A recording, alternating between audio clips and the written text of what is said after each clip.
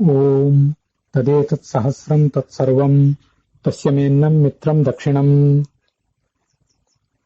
ಸಜಿತಿ ಪ್ರಾಣಃ ಪರೋಕ್ಷಪ್ರಿಯಾ ಇವ ಹಿ ದೇವಾಃ ಪರೋಕ್ಷಪ್ರಿಯಾ ಇವ ಹಿ ದೇವಾಃ ವಾವೃಧಾನಶ್ರವಾಸಾ ಭೂರ್ಯೋಜಾಃ ನದಂವೋದತೀನಾಂ ಶತ್ರುರ್ದಾಸಾಯ ಧಿಯಸಂ ದಧಾತಿ ನದಯ್ಯೋ ಯುವತೀನಾಂ. ಶ್ರೀ ಗುರುಭ್ಯೋ ನಮಃ. ಮಹಾಭಾರತ ಪ್ರವಚನ ಸರಣಿಯ ಅನುಶಾಸನ ಪರ್ವದಲ್ಲಿ 347ನೇ ಭಾಗ ಇದು. ಈ ಭಾಗದಲ್ಲಿ ಬೃಹತಿ ಸಹಸ್ರ ಮಂತ್ರಗಳಲ್ಲಿ 3ನೇ ಮಂತ್ರವನ್ನ, ವಾವೃಧಾನ ಎಂಬ ಮಂತ್ರದ ಅರ್ಥವನ್ನ, ಮತ್ತೆ ಭಾವ ಎಂಬ ಭಗವಂತನ ನಾಮದ ಕುರಿತಾಗಿ ನಾವು ಶ್ರವಣ ಮಾಡುವರಿದ್ದೇವೆ.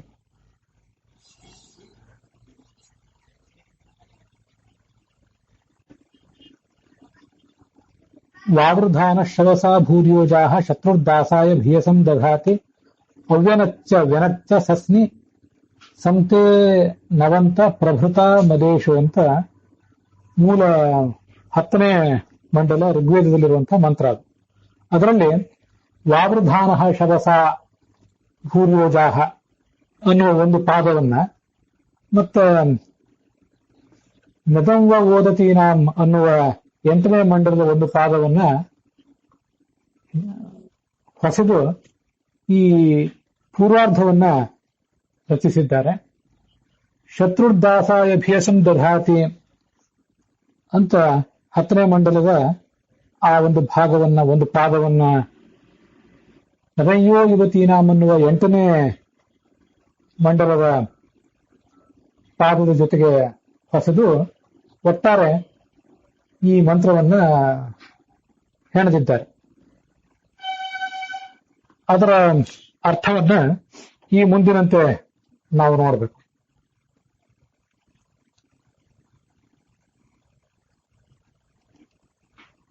ಇದು ಇಂದ್ರನನ್ನು ಕುರಿತಾದಂತಹ ಮಂತ್ರ. ನಮಗೆ ಗೊತ್ತಿದೆ, ಇಂದ್ರ ಇದಕ್ಕೆ ದೇವತೆ. ಅದಕ್ಕೆ ಪ್ರತಿ ಮಂತ್ರದ ಆರಂಭದಲ್ಲಿಯೂ ಕೂಡ ಹೇ ಇಂದ್ರ ಅಂತ ಒಂದು ಸಂಬೋಧನ ಇದ್ದೇ ಇರ್ತದೆ. ಪರಮೇಶ್ವರನೇ ಭಗವಂತನಿಗೆ ಸಂಬೋಧನ, ಅಥವಾ ವಾಯುವೆ, ಅಥವಾ ದೇವರಾಜನೇ ಅಂತ ಇಷ್ಟು 3 ಅರ್ಥಗಳು ಇದ್ದೇ ಇರ್ತವೆ. ನಾವು ಈ ವಾಯು, ದೇವ ಮತ್ತು ದೇವರಾಜನ ಪರವಾದ ಅರ್ಥಗಳನ್ನ ಯಾವುದನ್ನು ಕೂಡ ನಾನು ಇಲ್ಲಿ ಸಾಮಾನ್ಯವಾಗಿ ಹೇಳುವುದಿಲ್ಲ. ಒಂದು ಅರ್ಥವನ್ನ ಪರಿಪೂರ್ಣವಾಗಿ ನಾವು ತಿಳಿದುಕೊಂಡ್ರೆ ಸಾಕು. ಆ ಒಂದೇ ಅರ್ಥದಲ್ಲಿ ಕೆಲವು ಮಗ್ಗಲುಗಳನ್ನ ತಿಳ್ಕೊಳ್ಳುವ ಅಗತ್ಯ ಇರ್ತದೆ. ಅನೇಕ ಬಾರಿ ತತ್ವಸಾರ ವ್ಯಾಖ್ಯಾನದಲ್ಲಿ ರಘುನಾಥ ತೀರ್ಥರು ಮಾಡಿದ ಒಂದು ಅರ್ಥ, ಅದರ ಜೊತೆಗೆ ನಮ್ಮಂಥ ಸಾಮಾನ್ಯರು ಮಾಡಿದಂಥ ಮತ್ತೊಂದು ಅರ್ಥ, ಇವುಗಳನ್ನು ನೋಡಿದರೆ ಸಾಕು. ಅಲ್ಲಿ ನಮಗೆ ಬೇಕಾದಂತಹ ಒಂದು ಸಂದೇಶ ದೊರೀತದೆ.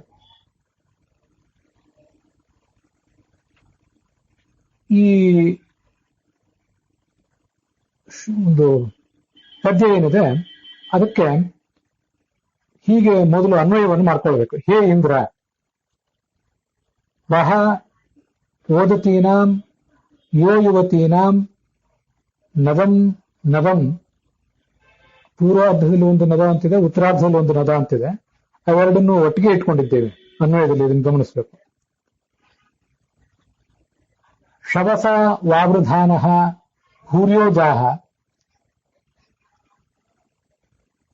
ಶತ್ರು ದಾಸಾಯ ಭಿಯಸಂ ದಧಾತಿ ಅಂತ ಇದರ ಒಟ್ಟು ಅನ್ವಯ. ನವಯ್ಯೋ ಯುವತೀನಾಂ ಅನ್ನುವುದು ಅನ್ವಯದಲ್ಲಿ ಈಗಾಗಲೇ ಬಂದಿದೆ. ಓದತೀನಾಂ ಯೋ ಯುವತೀನಾಂ ಅಂತ ಒಟ್ಟಿಗೆ 2 ವಿಶೇಷಣಗಳನ್ನು ತಗೊಳ್ಳೋಣ. ಅದಕ್ಕೆ ರಘುನಾಥ ತೀರ್ಥರು ಹೇಳಿದ ಅರ್ಥ ಏನಿದೆ, ಓದತೀನಾಂ ಯೋ ಯುವತೀನಾಂ ಅಂತ ಹೇಳ್ಕೊಂಡು ತೋರಿಸಿ, ವಹ ಅಂದ್ರೆ ನೀವು ಸೃಷ್ಟಿಸಿದ ಭಗವಂತನೇ, ನೀನು ಅನೇಕ ರೂಪಗಳಿಂದ ಸೃಷ್ಟಿಸಿದಂಥ ನೀರು, ಶಾಸ್ತ್ರಗಳು ಮತ್ತು ಗೋವುಗಳು ಅಂತ 3 ಅರ್ಥಗಳಿದೆ. ಅಲ್ಲಿ ಗೋವು ಮತ್ತು ನೀರು ಅನ್ನೋ ಅರ್ಥವನ್ನ ಅದನ್ನು ಕೂಡ ನಾನು ಹೆಚ್ಚು ಒತ್ತು ಕೊಟ್ಟು ಹೇಳುವುದಿಲ್ಲ. ಆಪಹ ಅಂತ ಬಂದಲ್ಲೆಲ್ಲ ಆ ಆಪಹ ಅನ್ನೋದಕ್ಕೆ ಪರ್ಯಾಯ ಪದವಾಗಿ ಬಂದಿರುವಂತಹ ಓದತೀನಾಂ ಯೋಯುವತೀನಾಂ ಧೀನೂನಾಂ ಅಜ್ಞಾನಾಂ ಅಂತ ಬಂದಲ್ಲೆಲ್ಲ ಅದನ್ನ ಶಾಸ್ತ್ರಗಳ ಪರವಾಗಿಯೇ ಅರ್ಥ ಮಾಡುವುದೇ ನನಗೆ ಚಂದ ಕಾಣಿಸ್ತದೆ. ಆದರೂ ಅಲ್ಲಿ ನೀರು, ಗೋವುಗಳು ಮತ್ತು ಶಾಸ್ತ್ರಗಳು ಅಂತ ಮೂರು ಅರ್ಥ ಇರುವುದನ್ನ ನಾವು ಯಾವತ್ತು ನೆನಪಿನಲ್ಲಿ ಇಟ್ಕೊಂಡಿರ್ಬೇಕು. ಹೀಗೆ ಓದತೀನಾಂ ಅದರ ಅರ್ಥ ನಮ್ಗೆ ಗೊತ್ತಿದೆ, ಅಂದ್ರೆ ಒದ್ದೆ ಮಾಡುವಂಥವು ಅಂತ ಅರ್ಥ. ಈ ಶಾಸ್ತ್ರಗಳು ನಮ್ಮ ಹೃದಯವನ್ನ ಜ್ಞಾನಭಕ್ತಿ ವೈರಾಗ್ಯಗಳಿಂದ ಒದ್ದೆ ಮಾಡುವಂಥವು. ಮತ್ತೆ ಯುವತಿಗಳು, ನಿತ್ಯ ಯುವತಿಯರು ಈ ಶಾಸ್ತ್ರಗಳು, ಅದು ಕೂಡ ನಮ್ಗೆ ಗೊತ್ತಿದೆ. ಶಾಸ್ತ್ರಗಳ ಅಭಿಮಾನಿ ದೇವತೆಗಳು ಕೂಡ ನಿತ್ಯ ಯುವತಿಯರಾಗಿದ್ದಾರೆ, ಅದು ಅರ್ಥ ನಮಗೆ ಗೊತ್ತಿದೆ. ಹಾಗಾಗಿ ಓದತೀನಾಂ ಯುವತೀನಾಂ ಇವೆರಡು ಆ ಶಾಸ್ತ್ರಗಳಿಗೆ ಪರ್ಯಾಯ ಪದಗಳು. ಪರ್ಯಾಯ ಪದಗಳು ಆಗಬಹುದು, ವಿಶೇಷಣಗಳು ಆಗಬಹುದು. ಅವುಗಳಿಗೆ ನದ ಅಂದ್ರೆ ಅಧಿಪತಿಯಾದಂತಹ ಚತುರ್ಮುಖ, ಮುಖ್ಯ ಪ್ರಾಣ, ಇಂದ್ರಾದಿಮ್ವಾ ಅದರ ಅಧಿಪತಿಯಾದಂತಹ ಇಂದ್ರಾದಿ ದೇವತೆಗಳು ಅಂತ ಹೀಗೆ ಅರ್ಥ ಇದೆ ಅದಕ್ಕೆ. ಅದು ಇಂದ್ರಾದಿ ದೇವತೆಗಳು ಅಂತನೂ ಯಾಕೆ ಅರ್ಥ ಮಾಡಿದ್ದಾರೆ ಅಂದ್ರೆ, ಆ ವೇದಗಳ ಅಧಿಪತಿಗಳಾದವರು ಚತುರ್ಮುಖ ಪರಮಾತ್ಮನಾಗಬಹುದು, ಮುಖ್ಯ ಪ್ರಾಣ ಆಗಬಹುದು, ಚತುರ್ಮುಖ ಮುಖ್ಯ ಪ್ರಾಣರಾಗಬಹುದು, ಇಂದ್ರಾದಿ ದೇವತೆಗಳು ಆಗಬಹುದು. ಯಾಕಂದ್ರೆ ಶಾಸ್ತ್ರ ಅಂದ್ರೆ ವೇದ ಅಂದ್ರೆ ಶಾಸ್ತ್ರ, ಆ ಶಾಸ್ತ್ರದ ಅಭಿಮಾನಿ ದೇವತೆಗಳು, ವೇದಾಭಿಮಾನಿ ದೇವತೆಗಳು ಎಲ್ಲ ಶಚಿ, ಸ್ವಾಹ ಮೊದಲಾದ ಎಲ್ಲ ದೇವತೆಗಳು ಕೂಡ ಆಗಿದ್ದಾರೆ. ಅವರವರಿಗೆ ಅಧಿಪತಿಗಳಾದವರು ಅವರೆಲ್ಲರೂ ಕೂಡ ಆ ನವ ಎಂಬ ಶಬ್ದದಿಂದ ಅಭಿಪ್ರೇತರೇ ಆಗಿದ್ದಾರೆ. ಅದಕ್ಕಾಗಿ ಸ್ವಾಮಿನಂ ನದಂ ಮುಖ್ಯ ಪ್ರಾಣಂ ಇಂದ್ರಾದಿಂ ವಾ ಅಂತ ರಘುನಾಥ ತೀರ್ಥರು ವ್ಯಾಖ್ಯಾನ ಮಾಡಿದ್ದ ಅದಕ್ಕಾಗಿ. ಏವಂ ವೇದಾಭಿಮಾನಿಭ್ಯ ಸರ್ವಾಭ್ಯ ದೇವಿಭ್ಯ ಏವತು ತದರ್ಥರೂಪಾ ಪತಯಃ ತಸ್ಯಾಹ ತಥೋತ್ತಮಾ ಅಂತ ಭಾಗವತ ತಾತ್ಪರ್ಯದಲ್ಲಿ ಎಲ್ಲ ವೇದಾಭಿಮಾನಿ ದೇವತೆಗಳಿಗಿಂತ ಆ ವೇದದ ಅರ್ಥ ಅಭಿಮಾನಿಗಳಾದಂತಹ ಅವರವರ ಗಂಡಂದರು ಶ್ರೇಷ್ಠರಾಗಿದ್ದಾರೆ. ಶಚ್ಯ ಇಂದ್ರ ಭಾಗವತ ತಾತ್ಪರ್ಯದಲ್ಲಿ 11ನೇ ಸ್ಕಂದದಲ್ಲಿ ಬರುವಂತಹ ಅಭಿಪ್ರಾಯ ಇದು. ಶಚಿಯಿಂದ ಇಂದ್ರ ಮುಖ್ಯನಾಗಿದ್ದಾನೆ. ತತಶ್ಚ ಉಮಾ, ಇಂದ್ರನಿಗಿಂತ ಉಮಾದೇವಿ. ತಥೋ ರುದ್ರ ತತಸ್ತಥ ಭಾರತಿ, ರುದ್ರನಿಗಿಂತ ಭಾರತಿ. ಭಾರತಿ ಪ್ರಾಣಯೇವಾಸ್ಯಾಹ ತತಶ್ರೀ ತದ್ವತೋ ತದ್ವರೋ ಹರಿಹಿ. ಪ್ರಾಣನಿಗಿಂತ ಶ್ರೀ ಉತ್ತಮಳಾಗಿದ್ದಾಳೆ, ಶ್ರೀಗಿಂತ ಹರಿ ಉತ್ತಮನಾಗಿದ್ದಾನೆ ಅಂತ ಭಾಗವತ ತಾತ್ಪರ್ಯದಲ್ಲಿ ಬರ್ತದೆ. ಆದ್ರಿಂದ ನದ ಅಂದ್ರೆ ಇವರೆಲ್ಲರನ್ನೂ ಇಟ್ಕೊಳ್ಬಹುದು. ಅವರನ್ನ ಶವಸ, ಶವಹ ಅಂತಂದ್ರೆ ಬಲ ಅಂತ ಅದರ ಅರ್ಥ. ಶವ ಅಂತಂದ್ರೆ ನಿರ್ಜೀವವಾದಂತಹ ಶರೀರ ಅಂತ ನಾವೇನೋ ಒಂದು ಅರ್ಥವನ್ನು ನೋಡ್ತೇವೆ ಲೌಕಿಕ ಸಂಸ್ಕೃತದಲ್ಲಿ. ಅದಷ್ಟೇ ಅಲ್ಲ, ವೇದಗಳಲ್ಲಿ ಅದಕ್ಕೆಲ್ಲ ಈ ಒಂದು ಅರ್ಥವೇ ಕಾಣಿಸ್ತದೆ. ಶವಸ್ ಅಂದ್ರೆ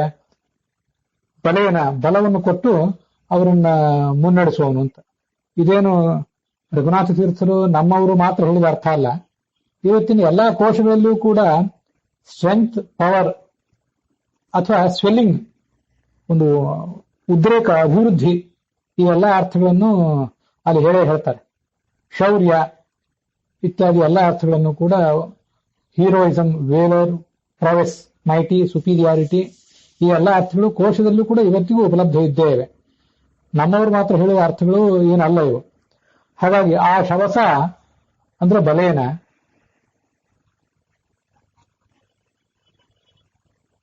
ವರ್ಧಮಾನ ಅಂದ್ರೆ ಅವನನ್ನು ತುಂಬಿಸುವಂತವನು. ಪರಮಾತ್ಮ ಚತುರ್ಮುಖ ಮುಖ್ಯ ಪ್ರಾಣರಿಗೆ ಮತ್ತು ಇಂದ್ರಾದಿಗಳಿಗೆ, ತನ್ನ ಭಕ್ತರಾದವರಿಗೆ ಆ ಬಲವನ್ನು ಕೊಟ್ಟು ಅವರನ್ನ ಅಭಿವೃದ್ಧರನ್ನಾಗಿ ಮಾಡ್ತಾನೆ ಅಂತ ಅದರ ಅರ್ಥ. ವಾವೃಧಾನ ಅಂದ್ರೆ ವರ್ಧಯಮಾನ, ಹೆಚ್ಚಿಸುವವನು ಅಂತ ಅರ್ಥ. ವರ್ಧ ಅಂತಿದ್ದು ವಾವೃಧ ಅಂತ ವಾ ದೀರ್ಘ ಹೇಗಾಯ್ತು, ಅದಕ್ಕೆ ಆಚಾರ್ಯರು ಸರ್ವಮೂಲದಲ್ಲಿ ಪ್ರಾಯ ಋಗ್ಭಾಷ್ಯದಲ್ಲಿ ಹೇಳಿದ ಮಾತದು. ಸಂಹಿತಾಯಾಂ ಯತ್ರ ದೈರ್ಘ್ಯಂ ಪದೇ ಯತ್ರ ನ ವಿದ್ಯತೆ ಉಕ್ತಾರ್ಥಸ್ಯ ಮಹಾಧಿಕ್ಯಂ ಶ್ರುತೇಸ್ತತ್ರ ವಿವಕ್ಷಿತಂ. ಸಂಹಿತಾ ಪಾಠದಲ್ಲಿ ದೀರ್ಘ ಕಾಣಿಸ್ತದೆ, ಆದರೆ ಅದನ್ನೇ ಪದಚ್ಛೇದವಾಗಿ ನಾವು ನೋಡಿದಾಗ ಅಲ್ಲಿ ದೀರ್ಘ ಕಾಣದೇ ಹೋದ್ರೆ ಆ ದೀರ್ಘವನ್ನು ಪ್ರಯೋಗ ಮಾಡಿದ ಯಾಕೆ? ಹಾಗಾದ್ರೆ ಇಲ್ಲದೇ ಇರುವ ದೀರ್ಘವನ್ನು ಪ್ರಯೋಗ ಮಾಡುವುದು ಯಾಕೆಂದ್ರೆ ಒಂದು ವೈಶಿಷ್ಟ್ಯವನ್ನು ಅದಕ್ಕೆ ತೋರಿಸುವುದಕ್ಕಾಗಿ. ಹಾಗಾಗಿ ವರ್ಧಮಾನ ಅಂತಂದ್ರೆ ಬೆಳೆಸುವವನು, ವಾವೃಧಾನ ಅಂದ್ರೆ ಚೆನ್ನಾಗಿ ಬೆಳೆಸುವವನು, ಅವರಲ್ಲಿ ಬಲವನ್ನ ಅಧಿಕವಾಗಿ ತುಂಬುವುದು ಅಂತ ಅದರ ಅರ್ಥ ಆಗ್ತದೆ. ನಮಗೆ ಯಂಗ್ಲುಮಂತದಲ್ಲಿ ಹಿಂದೆ ಅದನ್ನು ಹೇಳಿದ್ದೆ, ಭವತಿ ಅಂದ್ರೆ ಆಗುತ್ತಾನೆ, ಭೋ ಭವೀತಿ ಭೂಯತೆ ಅಂದ್ರೆ ವಿಶೇಷವಾಗಿ ಆಗ್ತಾನೆ ಅಂತ ಅರ್ಥ. ಆ ವರ್ಧಧಾತುವಿಗೆ ಯಂಗ್ಲುಮಂತದಲ್ಲಿ ನಿಜಂತ ನಿಚ್ ಪ್ರತ್ಯಯ ಬಂದು ಆಗಿರುವಂತಹ ರೂಪ. ಭೂರ್ಯೋಜಾಹ ಅಂತ ಪರಮಾತ್ಮನಿಗೆ ಒಂದು ವಿಶೇಷಣ. ಭೂರಿಣಿ ಓಜಾಂಸಿ ಅಪ್ರತಿಹತವಾದ ತೇಜಸ್ಸು ಅಂತ ಅರ್ಥ. ಸರ್ವಚೇಷ್ಟೈತೃತ್ವ ಪ್ರಾಣ ಓಜಸ್ಸು ಅನನುಭಾವ್ಯತ್ವ, ಇನ್ನೊಬ್ಬರಿಂದ ಸೋಲಿಸಲ್ಪಡದೇ ಇರುವಂಥವನು. ಅದಕ್ಕಾಗಿ ಅಪ್ರತಿಹತವಾದ ಶಕ್ತಿಗೆ ಓಜಸ್ ಅಂತ ಹೇಳ್ತಾರೆ. ಅದಕ್ಕಾಗಿ ಆ ಪರಮಾತ್ಮ ಭೂರ್ಯೋಜಾಹ ಆಗಿದ್ದಾನೆ.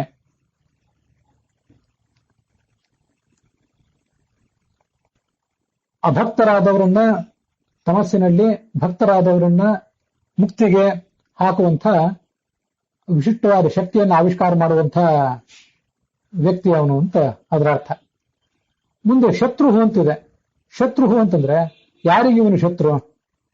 ತತ್ವಸಾರದಲ್ಲಿ ಹೇಳ್ತಾರೆ, ಅಭಕ್ತಾನಾಂ ಶತ್ರುಹು. ಭಕ್ತರ ಶತ್ರುಗಳು ಯಾರಿದ್ದಾರೆ? ದೈತ್ಯ ಶಕ್ತಿಗಳು.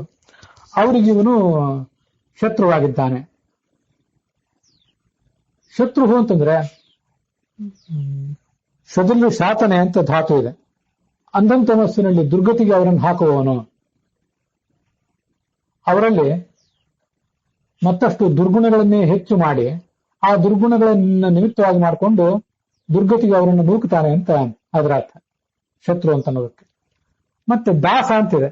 ದಾಸ ಅಂದ್ರೆ ಯಾರು? ತನ್ನ ಭಕ್ತರಾದವರು. ಅಂಥ ದಾಸರೇನಿದ್ದಾರೆ, ಆ ದಾಸರಿಗೆ ಭೀಯಸಂ ದವಾತಿ, ಭಯವನ್ನು ಕೊಡ್ತಾನಂತೆ. ಯಾಕೆ ಇವನು ತನ್ನ ಭಕ್ತರಿಗೆ ಭಯವನ್ನು ಉಂಟು ಮಾಡ್ತಾನೆ? ಅದು ನಾವು ಗಮನಿಸಬೇಕಾದ ಸಂಗತಿ. ಹರಿಗುರು ದ್ವೇಷಾದವು ಭಯ ಉತ್ಪಾದ್ಯ. ಎಂದೂ ಕೂಡ ನಾವು ನಮ್ಮ ಭಗವಂತನ ಭಕ್ತರಾದವರು, ನಾವು ಅಂದ್ರೆ ಭಗವಂತನ ಭಕ್ತರಾದವರು ತಮ್ಮ ಸನ್ಮಾರ್ಗದಿಂದ ಚ್ಯುತರಾಗಬಾರದು. ಭಗವಂತನ ಭಕ್ತರನ್ನ ಎಂದೂ ದ್ವೇಷಿಸಬಾರದು. ಅದಕ್ಕೆ ಬೇಕಾದ ಎಚ್ಚರಿಕೆಯನ್ನ, ಭಯವನ್ನ ನಮಗೆ ಕೊಡ್ತಾನವನು. ಹರಿಗುರುಗಳ ದ್ವೇಷ ಮಾಡದಂತೆ ಭಯವನ್ನು ಹುಟ್ಟಿಸಿ ಆ ಮೂಲಕ ನಮ್ಮನ್ನು ಜ್ಞಾನಭಕ್ತಿ ಸಂಪನ್ನರನ್ನಾಗಿ ಮಾಡಿ ನಮ್ಮನ್ನ ಸದ್ಗತಿಗೆ ಕಳಿಸ್ತಾನೆ ಅಂತ ಅವರ ಅರ್ಥ. ಹೀಗೆ ದಾಸನಿಗೆ ಭಯ, ಶಾಸ್ತ್ರದ ಭಯವನ್ನ, ಏನ್ ಮಾಡಬೇಕು ಏನ್ ಮಾಡಬಾರದು ಅಂತ ಅನ್ನೋದನ್ನ ತಿಳಿಸ್ತಾನೆ. ನಮಗೆ ನಿಮ್ಗೆ ನೇರವಾಗಿ ಗೊತ್ತಿಲ್ಲದೆ ಇರಬಹುದು. ತೈತ್ರಿಯ ಉಪನಿಷತ್ನಲ್ಲಿ ಆ ಮಾತಿದೆ, ಭೀಷಾಸ್ಮಾದ್ವಾತಃ ಪವತೆ ಭೀಷೋದೇತಿ ಸೂರ್ಯ ಭೀಷಾಸ್ಮಾದಗ್ನಿಶ್ಚೇಂದ್ರಶ್ಚ. ತನ್ನ ಎಲ್ಲಾ ದಾಸರಾದಂಥ ವಾಯು, ಸೂರ್ಯ, ಅಗ್ನಿ, ಇಂದ್ರ, ಮೃತ್ಯು ಇವರೆಲ್ಲರಿಗೂ ಅವನು ಭಯ ಇಟ್ಟಿದ್ದಾನೆ. ಆ ಭಯದಿಂದ ಅವರು ಸೂರ್ಯ ಉದಯಿಸ್ತಾನೆ, ಗಾಳಿ ಬೀಸ್ತದೆ. ಅಗ್ನಿ ಮತ್ತು ಇಂದ್ರರು ಕೆಲಸ ಮಾಡುವುದು ಇವನು ಭಯದಿಂದಲೇ. ಮೃತ್ಯುರ್ಧಾವತಿ ಪಂಚಮಃ. ಈ ಮೃತ್ಯು ಯಾವತ್ತು ಕಾರ್ಯ ನಿರತನಾಗಿರುವುದು ಈ ಭಗವಂತನ ಭಯದಿಂದಲೇ ಅಂತ ಹೀಗೆ ಒಂದು ವರ್ಣನೆ ಇದೆ. ಅದಕ್ಕಾಗಿ ಭಯ ಸಂದವಾತಿ ಅಂತ ಆ ಒಂದು ಅರ್ಥವನ್ನು ತಿಳ್ಕೋಬಹುದು.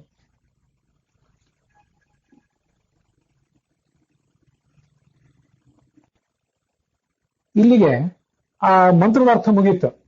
ಅಲ್ಲೊಂದು ಜಿಜ್ಞಾಸೆ ಬರಬಹುದು. ನದಂ ಅಂತ ಪೂರ್ವಾರ್ಧದಲ್ಲಿ ಒಂದು ಕಡೆ ಮತ್ತು ಉತ್ತರಾರ್ಧದಲ್ಲಿ ಒಂದು ಕಡೆ ನದ ಶಬ್ದ ಪುನಃ ಆವೃತ್ತವಾಗಿದೆ. ಅದ್ಯಾಕೆ? ನಾವು ಅನ್ವಯ ಮಾಡುವಾಗ ವಹ ಓದತೀನಾಂ ಯೋ ಯುವತೀನಾಂ ನದಂ ಯೋಯುವತಿಯರಾದಂಥ ಓದತಿಯರಾದ ಶ್ರುತಿಗಳಿಗೆ ಶ್ರುತ್ಯಭಿಮಾನಿ ದೇವತೆಗಳಿಗೆ ಅಧಿಪತಿಯಾದಂಥ ಅಂತ ಅಷ್ಟೊಂದು ಶಬ್ದ ಇದೆ. ನದ ಅಂತ ಒಂದೇ ಶಬ್ದ ಸಾಕು, ಪೂರ್ವಾರ್ಧದಲ್ಲಿ ಬಂದದ್ದು ಸಾಕು, ಉತ್ತರಾರ್ಧದಲ್ಲಿ ಯಾಕೆ ಅಂತ ಒಂದು ಜಿಜ್ಞಾಸೆ ಬರಬಹುದು. ಅದಕ್ಕೆ ರಘುನಾಥ ತೀರ್ಥರು ವ್ಯಾಖ್ಯಾನ ಮಾಡುವ ಮಾರ್ಗ ಹೀಗಿದೆ: ನ ಕೇವಲ ಅಸ್ಮಿನ್ ಸರ್ಗೆ, ಈ ಸರ್ಗದಲ್ಲಿ ಮಾತ್ರ ಅಲ್ಲ, ಕಿಂತು ಸೃಷ್ಟೌ ಪ್ರತಿಯೊಂದು ಸೃಷ್ಟಿಯಲ್ಲಿಯೂ ಚತುರ್ಮುಖ, ಮುಖ್ಯ ಪ್ರಾಣ, ಇಂದ್ರ, ರುದ್ರ ಮೊದಲಾದ ಎಲ್ಲಾ ದೇವತೆಗಳನ್ನು ಕೂಡ ಆತ ಈ ಅವರಲ್ಲಿ ಬಲ ಇಟ್ಟು ಅವರವರ ಆ ತತ್ವಾಭಿಮಾನಿ ದೇವತೆಗಳ ಕಾರ್ಯ ಏನಿದೆ ಅದನ್ನು ಮಾಡಿಸುವವನು. ಅದಕ್ಕಾಗಿ ಆತನನ್ನ ನದಂ ಶವಸ ವಾವಧಾನ ಅಂತ ಪ್ರಯೋಗ ಮಾಡಿದ್ದಾರೆ.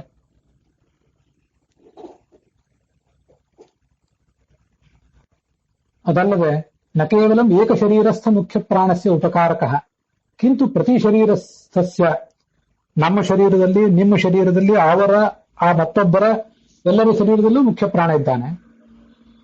ಆ ನದಂ ಎಲ್ಲರ ಶರೀರದಲ್ಲಿರುವ ಮುಖ್ಯ ಪ್ರಾಣನಲ್ಲಿ ಬಲವನ್ನು ಕೊಟ್ಟವನು. ಆ ಮುಖ್ಯ ಪ್ರಾಣದಿಂದ ನಮಗೆ ಬಲ ಬಂದಿದೆ. ಹೀಗೆ ನದಂ ಅನ್ನೋದ್ರಿಂದ ಪ್ರತಿಯೊಂದು ಸೃಷ್ಟಿಯಲ್ಲಿ, ಪ್ರತಿಯೊಂದು ದೇಹದಲ್ಲಿ, ಪ್ರತಿಯೊಂದು ಜಡ ವಸ್ತುವಿನಲ್ಲಿ ಇರುವ ಚತುರ್ಮುಖ ಮುಖ್ಯ ಪ್ರಾಣ ಅವರಲ್ಲಿ ಬಲವನ್ನು ತುಂಬುವವನು ಅಂತ ಅದರ ಅರ್ಥ.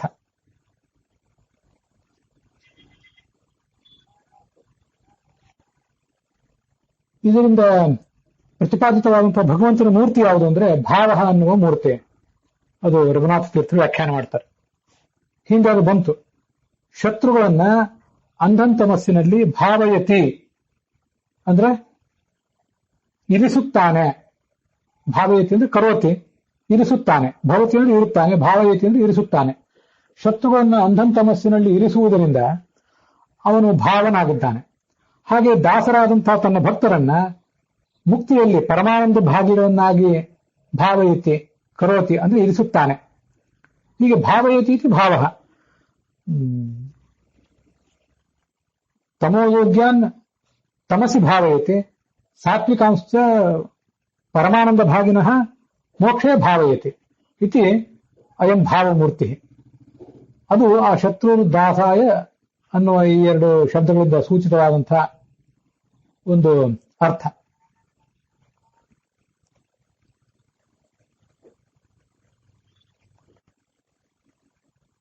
ಹೀಗೆ ಈ ಮಂತ್ರದ ಅರ್ಥವನ್ನು ನೋಡಿದ್ದೇವೆ. ಇದಕ್ಕೆ ಮತ್ತೊಂದು ಅರ್ಥವನ್ನು ಕೂಡ ನಾವು ನನ್ನ ಆಲೋಚನೆಗೆ ದೊರೆತದ್ದನ್ನ ನಾನು ಹೇಳ್ತೇನೆ.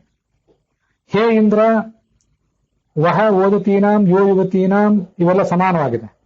ಭಗವಂತನೇ ವಹ, ನಿಮ್ಮ ಅನೇಕ ರೂಪಗಳಿಂದ ನೀನು ಸೃಷ್ಟಿಸಿದ ಜ್ಞಾನಭಕ್ತಿ ವೈರಾಗ್ಯಗಳನ್ನು ಕೊಟ್ಟು ನಮ್ಮ ಹೃದಯವನ್ನು ಒದ್ದೆ ಮಾಡುವ ನಿತ್ಯ ಯುವತಿಯರಾದ ಈ ವೇದಗಳು, ವೇದಾಭಿಮಾನಿ ದೇವತೆಯರು ನಿತ್ಯ ಯುವತಿಯರು. ವೇದಗಳು ಅನಾದಿ ಕಾಲದಿಂದ ಇರುವುದರಿಂದ ಅವು ನಿತ್ಯ ಯುವತಿಯರು. ಅದರ ನದಂ ಅಂತ ಎರಡು ಸರಿಯಾಗಿ ಇಟ್ಕೊಳ್ತೇವಲ್ಲ, ನದ ಅನ್ನೋ ಶಬ್ದಕ್ಕೆ ಅಧಿಪತಿಯಾದ ಚತುರ್ಮುಖ ಅಥವಾ ಮುಖ್ಯ ಪ್ರಾಣ ಅಂತ ಈ ಹಿಂದೆನೂ ಕೂಡ ಅರ್ಥ ನಾವು ನೋಡಿದ್ದೇವೆ. ಇನ್ನೂ ಒಂದು ಅರ್ಥವನ್ನು ನೋಡೋಣ. ನದ ಅಂತಂದ್ರೆ ಓದುವವನು, ಪಠನ ಮಾಡುವವನು ಅಂತ ಅರ್ಥ. ನಮಗೆ ವೇದ ಪಠನ ಮಾಡುವವರು, ವೇದ ಪಾಠಕರು ಇದೆಲ್ಲ ಶಬ್ದ ಪರಿಚಿತ ಇದೆ. ಆ ಪಠಧಾತುವಿಗೂ ನದಧಾತುವಿಗೂ ವ್ಯತ್ಯಾಸ ಇಷ್ಟೇ. ಪಠಧಾತುವಿಗೆ ಪಠ ವ್ಯಕ್ತಾಯಾಮ್ ವಾಚಿ, ಸ್ಪಷ್ಟವಾಗಿ ಇನ್ನೊಬ್ಬರಿಗೆ ಗೊತ್ತಾಗುವಂತೆ ಓದುವುದು. ನದ ಅವ್ಯಕ್ತ ಶಬ್ದ. ನದತಿ ಅಂತಂದ್ರೆ ಅವ್ಯಕ್ತವಾಗಿ ಶಬ್ದ ಮಾಡುವುದು. ನದ ಶಬ್ದಕ್ಕೆ ಅವ್ಯಕ್ತವಾಗಿ ಶಬ್ದ ಮಾಡುವುದು ಅಂತಲೂ ಅರ್ಥ ಇರೋದ್ರಿಂದ ನದಿ ಮತ್ತು ನದ ಅಂತ ಏನಿದೆಯಲ್ಲ, ಈ ಗಂಗಾ ಮೊದಲಾದ ನದಿಗಳು, ಅವು ಯಾವತ್ತೂ ಶಬ್ದ ಮಾಡ್ತಾ ಇರ್ತವೆ. ಅವ್ಯಕ್ತವಾದ ಶಬ್ದ, ಏನೋ ಅಸ್ಪಷ್ಟವಾದ ಶಬ್ದ, ಅದಕ್ಕೇನು ಆ ಶಬ್ದಕ್ಕೆ ಏನು ಅರ್ಥ ಅಂತ ನಮ್ಗೆ ಗೊತ್ತಿಲ್ಲದೆ ಇರೋದಿಲ್ಲ. ಆದ್ರೂ ಒಂದು ಶಬ್ದವನ್ನು ಹೊರಡಿಸ್ತವೆ. ಆದ್ರಿಂದ ಅದನ್ನು ನದಿ ನದಗಳು ಅಂತ ಹೇಳ್ತಾರೆ. ಹಾಗೆ ನದರು ಅಂತಂದ್ರೆ ಯಾರು ಈ ವೇದ ಮಂತ್ರಗಳನ್ನ, ಶಾಸ್ತ್ರದ ಮಂತ್ರಗಳನ್ನ ಅವ್ಯಕ್ತವಾಗಿ ಪಠಿಸ್ತಾರೋ ಅಂಥವರು ನದರು. ಅದಕ್ಕೆ ನಾನು ಮಾಡ್ಕೊಂಡಿರೋ ಅರ್ಥ ಅಸ್ಮತ್ ಸದೃಶಂ ಪ್ರತ್ಯೇಕಂ ವೇದ ಪಾಠಕಂ. ನನ್ನಂಥ ಸಾಮಾನ್ಯ ವೇದ ಪಾಠಕನನ್ನು ಕೂಡ, ಶಾಸ್ತ್ರ ಪಾಠಕನನ್ನು ಕೂಡ ನಾವು ಹೇಗೆ ಅದನ್ನು ಪಠನ ಮಾಡಲಿ, ವೇದವಾಕ್ಯವನ್ನ, ವೇದವಾಕ್ಯಗಳನ್ನ ಸ್ವರ ಸಮೇತವಾಗಿ ಅತ್ಯಂತ ಗಂಭೀರ ಧ್ವನಿಯಲ್ಲಿ ಪಠಿಸಿ ಅದಕ್ಕೆ ಅರ್ಥ ಮಾಡುವಂತಹ ಮಹಾತ್ಮರಿದ್ದಾರೆ. ಸ್ವರಗಳೇ ಸರಿಯಾಗಿ ಹೇಳಲಿಕ್ಕೆ ಬರದೆ ಹೋದ್ರು, ಮುಖ್ಯ ಅಲ್ಪಪ್ರಾಣ ಮತ್ತು ಮಹಾಪ್ರಾಣಗಳನ್ನು ಸರಿಯಾಗಿ ಹೇಳಲಿಕ್ಕೆ ಬರದೆ ಹೋದ್ರು, ವೇದವನ್ನ ಹೇಳಬೇಕು ಬಾಯಿಂದ ಅಂತ ಉತ್ಸಾಹದಿಂದ ಹೇಳುವಂತಹ ನಮ್ಮಂಥ ಸಾಮಾನ್ಯರಿದ್ದಾರೆ. ಅದಕ್ಕೊಂದು ಏನಾದರೂ ಅರ್ಥವನ್ನು ನೋಡಬೇಕು ಅಂತ ಉತ್ಸಾಹವು ನಮ್ಮಂಥ ಸಾಮಾನ್ಯರಲ್ಲಿದೆ. ನಾವು ನದರೆ ಈ ದೃಷ್ಟಿಯಿಂದ ಕೇವಲ ಚತುರ್ಮುಖ ಮುಖ್ಯ ಪ್ರಾಣ ಮತ್ತೆ ಇಂದ್ರಾದಿಗಳು ಮಾತ್ರ ಅವರು ವೇದಗಳಿಗೆ ಅಧಿಪತಿಗಳಾದ್ರಿಂದ ನದರು. ಆ ವೇದಗಳ ಪಾಠಕರು ನಾವು. ಓದತೀನಾಂ ಯೋಯುವತೀನಾಂ ನದಃ ನದಂ ನದಂ ನಮ್ಮಂತ ಸಾಮಾನ್ಯ ಪಾಠಕರನ್ನು ಈ 2 ಸರಿ ನದಂ ಅಂತ ಯಾಕೆ ಹೇಳಿದ್ದಾರೆ ಅಂದ್ರೆ, 1ನೇ ನದಂ ಅನ್ನೋದಕ್ಕೆ ಶ್ರೇಷ್ಠರಾದ ಚತುರ್ಮುಖಾದಿಗಳು ಪಾಠಕರು. ಅವರು ವೇದಗಳನ್ನು ತುಂಬಾ ಚೆನ್ನಾಗಿ ಹೇಳುವಂಥವ್ರು. ಇನ್ನೊಬ್ಬರು ನದರು ಅಂದ್ರೆ ನಮ್ಮಂತ ಅಲ್ಪರಾದ ಪಾಠಕರು, ದುರ್ಬಲರಾದಂತಹ ತಪ್ಪು ತಪ್ಪಾಗಿ ಓದಿ ತಪ್ಪು ತಪ್ಪಾಗಿ ಅರ್ಥ ಹೇಳುವಂಥವ್ರು ನಾವು ನದರೆ. ನಮ್ಮಂಥವ್ರನ್ನ ನಾವು ಶವಸ ವಾವೃಧಾನ, ತಪ್ಪಾಗಿ ಓದಿದ್ದೀವಿ ತಪ್ಪಾಗಿ ಅರ್ಥ ಹೇಳಿದ್ದೀವಿ ಅಂತ ಅವಗಣಿಸದೆ ನಮ್ಮಲ್ಲಿ ಬಲವನ್ನು ತುಂಬಿ ವೇದಗಳನ್ನು ಓದುವಂತ, ಶಾಸ್ತ್ರಗಳನ್ನು ಓದುವಂತಹ, ಶಾಸ್ತ್ರಗಳನ್ನು ಅರ್ಥ ಮಾಡಿಕೊಳ್ಳುವಂತಹ ಒಂದು ಶಕ್ತಿಯನ್ನು ನಮ್ಮಲ್ಲಿ ತುಂಬುತ್ತಾನೆ. ಇದು ಆ ಶವಸ ವಾವೃಧಾನ ಭೂರ್ಯೋಜಾಹ. ಅವನನ್ನು ಭೂರ್ಯೋಜಾಹ ಅಂತ ನಾವು ಯಾಕೆ ಉಪಾಸಿಸಬೇಕು ಅಂದ್ರೆ, ಓಜಃ ಒಂದು ಮುಂದೂ ಬರೋದಿದೆ. ಶಾಸ್ತ್ರದ ಅಧ್ಯಯನ ಇದಕ್ಕೆ ಬರುವಂತಹ ವಿಘ್ನಗಳನ್ನೆಲ್ಲ ಮೆಟ್ಟಿ ನಿಲ್ಲುವಂತಹ ಶಕ್ತಿ ನಮಗೆ ಬರಬೇಕಾದದ್ದು ಭೂರ್ಯೋಜಾಹ ಅಂತ ಪರಮಾತ್ಮನನ್ನ ಓಜಃ ಅಂತ ಉಪಾಸನೆ ಮಾಡಿದ್ರಿಂದ, ಮುಖ್ಯ ಪ್ರಾಣನನ್ನ ಓಜಃ ಅಂತ ಓಜಸೇ ನಮಃ ಅಂತ ಉಪಾಸನೆ ಮಾಡಿದ್ರಿಂದ. ಹೀಗೆ ನಮ್ಮನ್ನು ಕೂಡ ಬಲ ತುಂಬಿ ಅವನು ಬೆಳೆಸ್ತಾನೆ. ಮತ್ತೆ ಶತ್ರು ಅವನು ಶತ್ರುವಾಗಿದ್ದಾನೆ.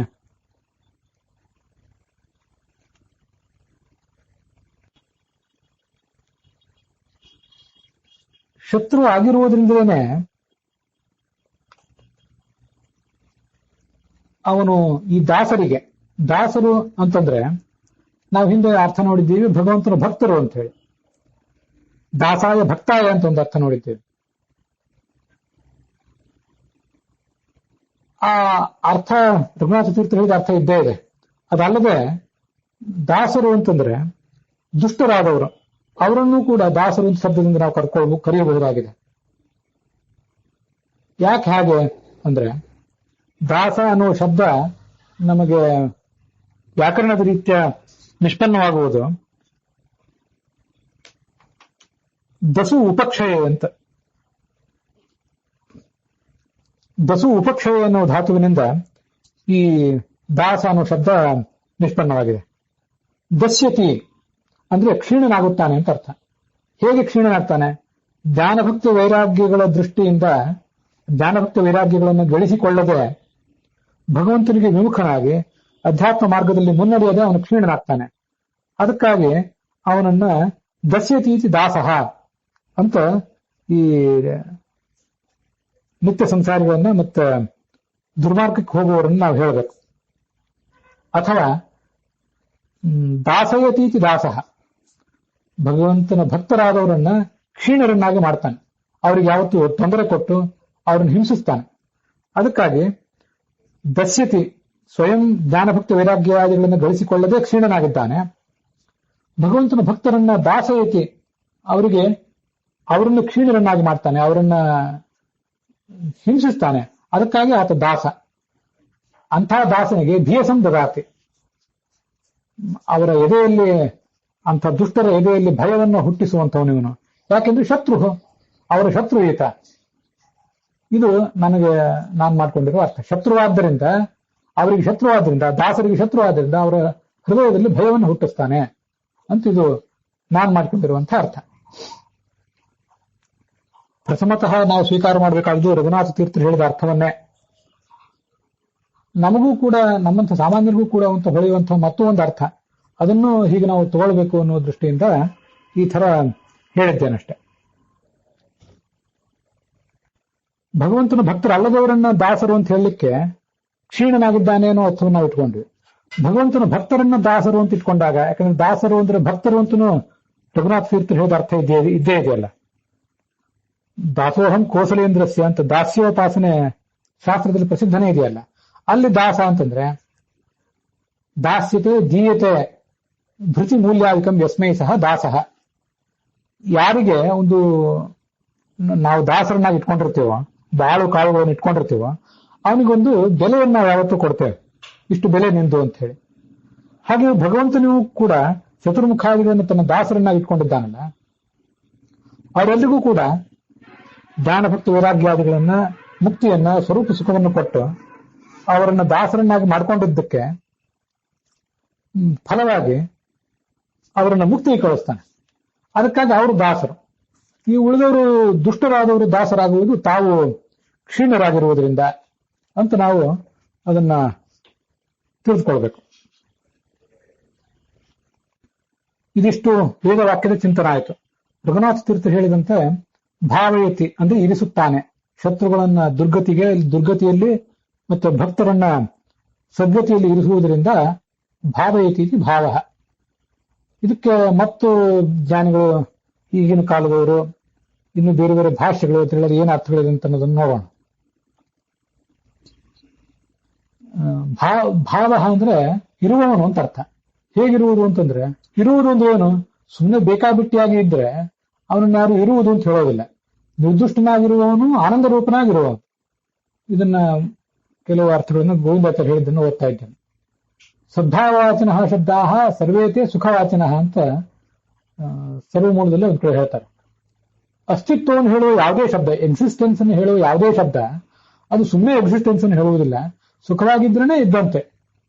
ನಾವು ಸುಖವಾಗಿಲ್ಲದೆ ಹೋದ್ರೆ ಹೇಗಿದ್ದೀರಿ ಅಂತ ಯಾರು ನಮ್ಮನ್ನು ಕೇಳಿದ್ರೆ ಏನೋ ಇದ್ದೀನಿ ಬಿಡಿ, ಏನು ಉಪಯೋಗ ಹೇಳಿ ಅಂತೇವೆ. ಆದ್ರಿಂದ ಇರುವುದು ಅಂದ್ರೆ ಸುಖವಾಗಿದ್ರೆ ಇದ್ದಂತೆ. ಆದ್ರಿಂದ ಸತ್ವಂ ನಿರ್ದೋಷತ್ವಂ. ಸತ್ತ ಅಂತಂದ್ರೆ ನಿರ್ದುಷ್ಟನಾಗಿ ಇರುವುದು ಅಂತ ಅರ್ಥ. ಈ ಕಾರಣಕ್ಕಾಗಿ ಆತ ನಿರ್ದುಷ್ಟನಾಗಿದ್ದಾನೆ, ಜ್ಞಾನಾನಂದ ರೂಪನಾಗಿದ್ದಾನೆ. ಆದ್ರಿಂದ ಆತ ಭಾವ.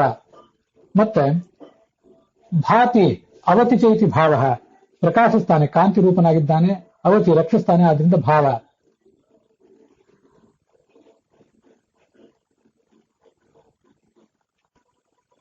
ಈ ಭ ಅನ್ನುವುದಕ್ಕೆ ಅನೇಕ 20-30 ಅರ್ಥಗಳನ್ನ ಬೇರೆ ಬೇರೆ ಕಡೆ ಹೇಳ್ತಾರೆ. ಅದನ್ನೆಲ್ಲ ಅನೇಕ ಗೋವಿಂದಾಚಾರ್ಯರು ಕೂಡ ತಮ್ಮ ಏಕಾಕ್ಷರ ಕೋಶದಲ್ಲಿ ಒಂದು ಕಡೆ ಉದ್ಧರಿಸಿದ್ದಾರೆ. ಅವುಗಳನ್ನು ಕೂಡ ನಾವಿಲ್ಲಿ ಹೀಗೆ ಗಮನಿಸಬಹುದಾಗಿದೆ.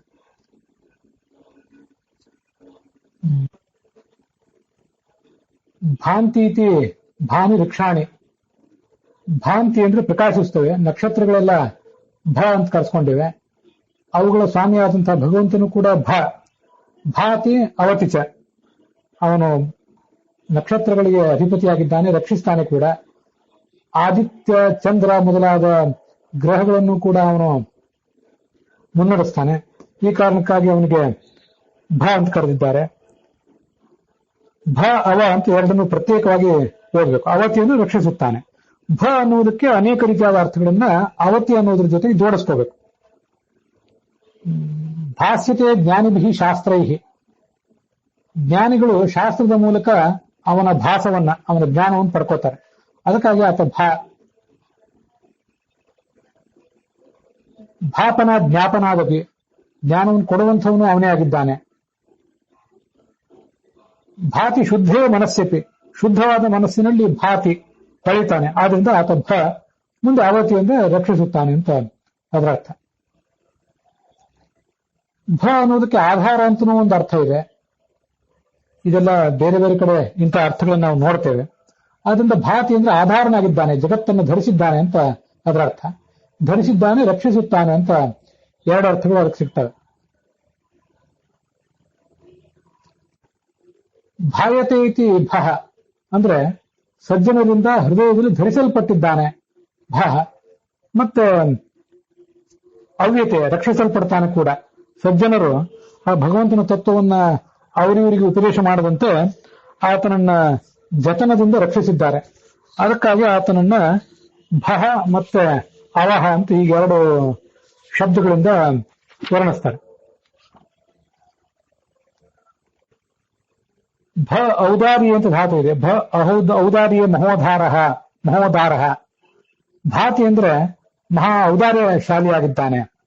ಅವತಿ ಅಂದ್ರೆ ರಕ್ಷಿಸುತ್ತಾನೆ, ಸರ್ವಾಭೀಷ್ಟ ಪ್ರಭನಾಗಿದ್ದಾನೆ ಭಗವಂತ.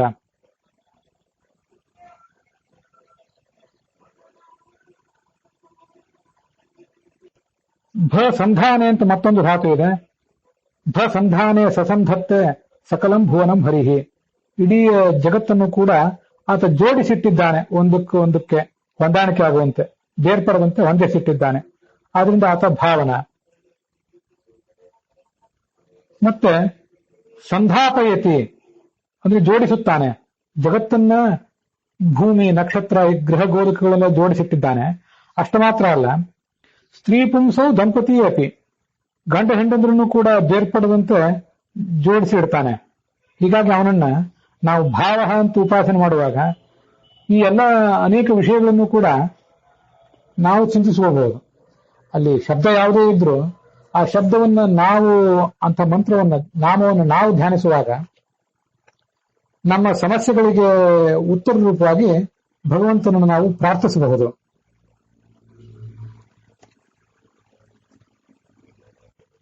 ಭ ಉಪಾದಾನೆ ಅಂತ ಮತ್ತೊಂದು ಧಾತು ಇದೆ. ಸ್ವೀಕರಿಸುವುದು ಅಂತ ಅರ್ಥ. ಸ್ವೀಕರಿಸ್ತಾನೆ ಮತ್ತು ರಕ್ಷಿಸ್ತಾನೆ. ಏನು ಸ್ವೀಕರಿಸ್ತಾನೆ ಅಂದ್ರೆ ಪತ್ರಂ ಪುಷ್ಪಂ ಫಲಂ ಜಲಂ. ಪತ್ರಂ ಪುಷ್ಪಂ ಅಂತ ಸಣ್ಣ ಪುಟ್ಟದ್ದು ನಾವು ಏನೇ ಕೊಟ್ಟರೂ ಕೂಡ ಅದೆಲ್ಲವನ್ನೂ ಆತ ಸ್ವೀಕರಿಸ್ತಾನೆ, ನಮಗದು ಗೊತ್ತಿದೆ. ಹೀಗೆ ಅಲ್ಪವಾದ್ದನ್ನು ಕೂಡ ಸ್ವೀಕರಿಸಿ ನಮ್ಮನ್ನು ರಕ್ಷಿಸುವುದರಿಂದ ಆತ ಭ ಅಂತ ಕರೆಸ್ಕೊಂಡಿದ್ದಾನೆ, ಮತ್ತು ಅವ ಆದ್ರಿಂದ ಭಾವ ಅಂತ ಕರೆಸ್ಕೊಂಡಿದ್ದಾನೆ. ಭ ಸ್ವಾತಂತ್ರ್ಯ ಅಂತ ಮತ್ತೊಂದು ಧಾತು ಇದೆ. ಅದಕ್ಕನುಸಾರವಾಗಿ ಭ ಅಂದ್ರೆ ಸ್ವತಂತ್ರನಾಗಿರುವವನು, ಅವತಿ ಅಂದ್ರೆ ರಕ್ಷಿಸುವವನು ಅಂತ ಅದರ ಅರ್ಥ. ಭ ಆನಂದೆ, ಆ ಧಾತುವಿಗನುಸಾರವಾಗಿ ಆತ ಆನಂದ ರೂಪನಾಗಿದ್ದಾನೆ, ಭಕ್ತರಿಗೆ ಆನಂದವನ್ನ ಕೊಡ್ತಾನೆ ಕೂಡ.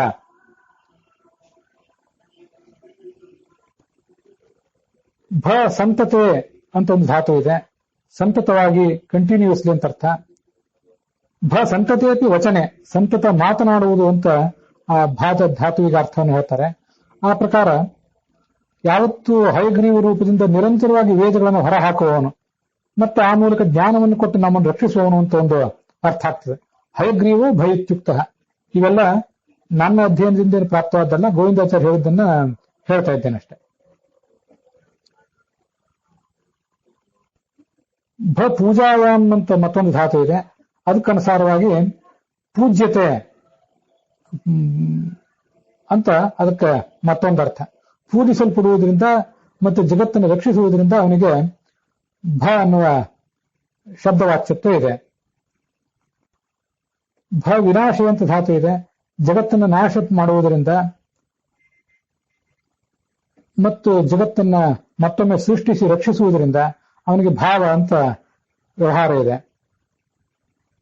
ಭಾಗವತ ತಾತ್ಪರ್ಯದಲ್ಲಿ ಸೃಷ್ಟಿ ಸ್ಥಿತಿ ಚ ಸಂಹಾರೋ ಭಾವನೇತ್ಯಭಿಧೀಯತೆ ತದ್ಗತ್ ಕರೋತಿ ಪುರುಷಃ ಸ ಭಾವ ಇತಿ ಕೀರ್ತಿತಃ ಅಂತ ಒಂದು ಭಾವ ಶಬ್ದದ ನೇರವಾದ ನಿರ್ವಚನವೇ ಇದೆ.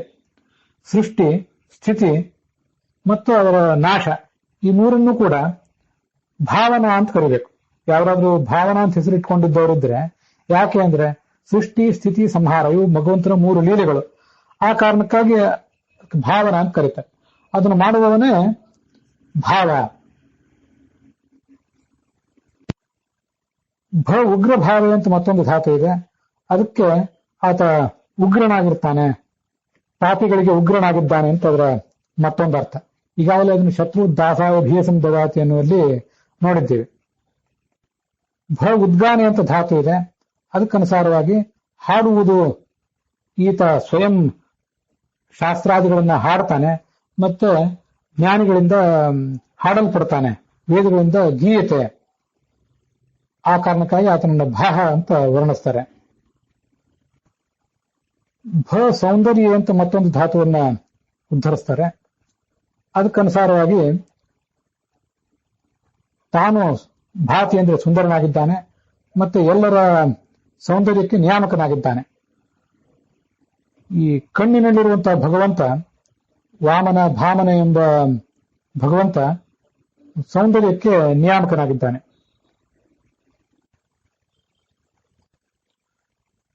ಆಚಾರ್ಯರ ಯಮಕ ಭಾರತ ಅಂತ, ಭಾರತ ತಾತ್ಪರ್ಯ ಅಂತ ಕೂಡ ಕರೀತಾರೆ. ಮಹಾಭಾರತದ ಸಂಗತಿಗಳನ್ನೇ ವರ್ಣನೆ ಮಾಡುವಂತಹ ಒಂದು ಶ್ಲೋಕ ಅದು. ಅದರಲ್ಲಿ 78ನೇ ಶ್ಲೋಕ ಒಂದಿದೆ. ಆ ಇಡೀ ಶ್ಲೋಕ ಇರುವುದು ಭಾ ಭಾ ಭಾ ಭಾ ಭಾ ಭಾ ಭಾ ಭಾ, ಇದು ಒಂದು ಪಾದ. ಮತ್ತೊಂದು ಪಾದವು ಹಾಗೇನೆ. ಹೀಗೆ 4 ಪಾದಗಳು ಕೂಡ ಭಾ ಭಾ ಭಾ ಭಾ ಅಂತ ಹೀಗೇನೆ ಮುಂದುವರಿತವೆ, 8 ಅಕ್ಷರದ್ದು. ಅದರಲ್ಲಿ ಅನೇಕ ಅರ್ಥಗಳನ್ನ ಅದರಲ್ಲಿ ವರ್ಣಿಸ್ತಾರೆ. ಭಾ ಅಂದ್ರೆ ಕಾಂತಿಯುಕ್ತನಾದವನು, ಆಭ ಅಂದ್ರೆ ಸರ್ವಜ್ಞ, ಭೂಮಿಯಿಂದ ಪ್ರಕೃತಿಯವರೆಗೆ ಎಲ್ಲವನ್ನೂ ಕೂಡ ಧರಿಸಿದವನು ಅಂತ ಹೀಗೆ ಅನೇಕ ಅರ್ಥಗಳನ್ನ ಅಲ್ಲಿ ವರ್ಣನೆ ಮಾಡಿದ್ದಾರೆ. ಭ ಶಬ್ದಕ್ಕೆ ನಿತ್ಯಂಚ ಉದಾರ ಲೋಕೇಶು ಅಗಣಿತ ವಿಭುಧ ಅಭೀಷ್ಟ ಮೋಕ್ಷಾದಿದಾನೆ ಸಂಧಾನೆ ಕರ್ಮಣಾಂ ಸ್ವತಃ ರಜಸಃ ಸನ್ನುಪಾದಾನ ಅಂತ ಹೀಗೆ ನರಹರಿ ತೀರ್ಥರು ಆ ಯಮಕ ಭಾರತಕ್ಕೆ ವ್ಯಾಖ್ಯಾನ ಮಾಡಿದ್ದಾರೆ. ಅದರಲ್ಲಿ ಯಮಕ ಭಾರತದ ಆ ಮೂಲ ಶ್ಲೋಕಕ್ಕೆ ಭಾ ಭಾ ಭಾ ಭಾ ಅಂತ ಏನು ಶ್ಲೋಕ ಇದೆ, ಅದಕ್ಕೆ ಕೆಲವು ಶ್ಲೋಕಗಳ ರೂಪದಲ್ಲೇ ನರಹರಿ ತೀರ್ಥರು ವ್ಯಾಖ್ಯಾನ ಮಾಡಿದ್ದಾರಲ್ಲ. ನಿತ್ಯಂಚ ಉದಾರ ಲೋಕೇಶು ಅಗಣಿತ, ಇವೆಲ್ಲ ಆ ಉದಾರ ಔದಾರ್ಯ ಮೊದಲಾದದ್ದು ಈ ಭ ಧಾತುವಿನ ಅರ್ಥಗಳೇ ಆಗಿವೆ. ಅಗಣಿತವಾದ ಮಹಿಮಾ ಇರುವವನು ಅಂತ ಹೀಗೆಲ್ಲ ಅದರ ಅರ್ಥಗಳು. ಸಂಧಾನೆ ಕರ್ಮಣ, ಎಲ್ಲ ಸಂಧಾನ ಇತ್ಯಾದಿಗಳನ್ನ ಮಾಡುವಂಥವನು, ದೇಹ ಇಂದ್ರಿಯಾದಿಗಳ ಅವೆಲ್ಲನ್ನು ಕೂಡ ಜೋಡಿಸಿಟ್ಟವನು, ನಮ್ಮ ಕರ್ಮವನ್ನ ಯಾವ ಜನ್ಮದಲ್ಲಿ ಸರಿಯಾಗಿ ನಮಗೆ ಉಣಿಸಬೇಕು ಅದರಂತೆ ಒಂದು ಸಂಧಾನ ಅಡ್ಜಸ್ಟ್ಮೆಂಟ್ ಮಾಡುವವನು. ಇಂಥ ಎಲ್ಲ ಅರ್ಥಗಳು ಭ ಎಂಬ ಶಬ್ದದಿಂದ ಸಿಗ್ತವೆ. ಭ ವೈಲಕ್ಷಣ್ಯೆ, ವಿಲಕ್ಷಣವಾಗಿರುವುದು. ಭ ಸಂಪೂರ್ಣ ನತಿಭಾವೆ, ಎಲ್ಲರಿಂದಲೂ ನಮಸ್ಕರಿಸಲ್ಪಡುವಂತವನು. ಭ ನಾನಾಭಾವೆ, ಅನೇಕ ರೂಪಗಳಿಂದ ಅನೇಕ ಜಡಚೇತನಗಳಲ್ಲಿ ಇರುವುದು.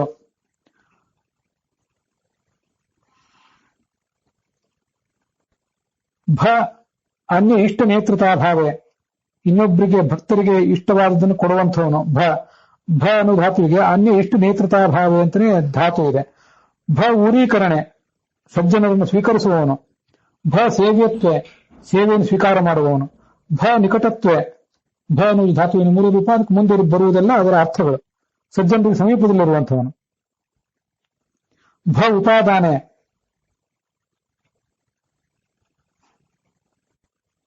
ಭ ಆಧಿಕ್ಯ, ಭ ಸಂಪೂರ್ಣ ತತ್ವವಾದೆ, ಸರ್ವಕಾಲದಲ್ಲೂ ವೇದಗಳಿಂದ ಪ್ರತಿಪಾದನಾದವನು ಅಂತ ಅರ್ಥ. ಭ ಪೂಜ್ಯ ಭಾವೆ, ಪೂಜ್ಯನಾಗಿರುವುದಂತ ಅರ್ಥ. ವಿಸ್ತಾರೆ, ವ್ಯಾಪ್ತನಾಗಿರುವುದಂತ ಅರ್ಥ. ಭ ವಿನಾಶನೆ, ನಾಶ ಮಾಡುವುದು ಅಂತ ಅರ್ಥ. ಭ ಸ್ವಾಮಿತ್ವೆ, ಭ ನಿಶ್ಚಲ ಭಾವೆ, ಸಂಸಾರದಲ್ಲಿಯೂ ಮುಕ್ತಿಯಲ್ಲಿಯೂ ನಮಗೆ ಸ್ವಾಮಿಯಾಗಿರುವವನು ಅಂತ ಅರ್ಥ. ಭ ಸಂಮೋಹನೆ ಅಂತ ಅರ್ಥ.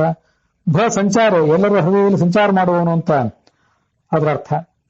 ಭ ವಿದಾರಣೆ, ದುರಹಂಕಾರಿಗಳಾದ ದೈತ್ಯರನ್ನ ಸೀಳಿ ಹಾಕುವವನು ಅಂತ ಅರ್ಥ. ಭ ಸೌಂದರ್ಯ ಅಂತ ಧಾತು ಇದೆ, ಸೌಂದರ್ಯದ ಗಣಿಯಾದವನವನು. ಹೀಗೆ ಭಾತಿ ಅಂದ್ರೆ ಶೋಭಿಸ್ತಾನೆ ಅಂತ ಅಷ್ಟೇ ಅರ್ಥ ಅಲ್ಲ, ಸುಂದರನಾಗಿ ಶೋಭಿಸ್ತಾನೆ ಅಂತ ಅದರ ಅರ್ಥ. ಭ ಆಲೋಚನೆ, ನಮ್ಮೆಲ್ಲರಿಂದಲೂ ಕೂಡ ಆಲೋಚಿಸಲ್ಪಡುವಂಥವನು ಆ ಭಗವಂತನೇ ಆಗಿದ್ದಾನೆ. ನಿತ್ಯ ನಾವು ಚಿಂತಿಸಬೇಕಾದದ್ದು ಆ ಭಗವಂತನ ಕುರಿತಾಗಿಯೇ. ಈ ಅರ್ಥಗಳನ್ನು ಅಲ್ಲಿ ವರ್ಣಿಸ್ತಾರೆ.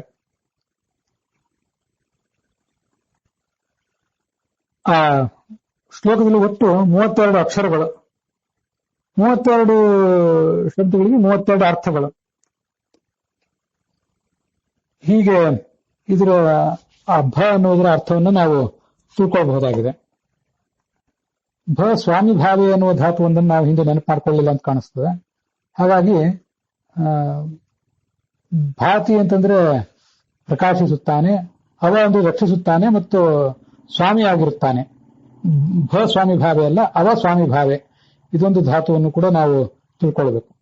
ಅವಧಾತುವಿಗೆ, ಧಾತುವಿಗೆ ಅನೇಕ ಅರ್ಥಗಳಿರುವಂತೆ ಅವಧಾತುವಿಗೂ ಕೂಡ ಅವ ದಾನೆ, ಅವ ಪ್ರೀಣಾತಿ, ಪ್ರೀತನಾಗುತ್ತಾನೆ, ಅವ ಸ್ವಾಮಿ ಭಾವೆ, ಅವ ಪ್ರವಿಶತಿ, ಅವತಿ, ಅವಾಪ್ನೋತಿ ಇತ್ಯಾದಿ ಅರ್ಥಗಳು ಆ ಅವ ಶಬ್ದಕ್ಕೂ ಕೂಡ ಕಂಡು ಬರ್ತವೆ.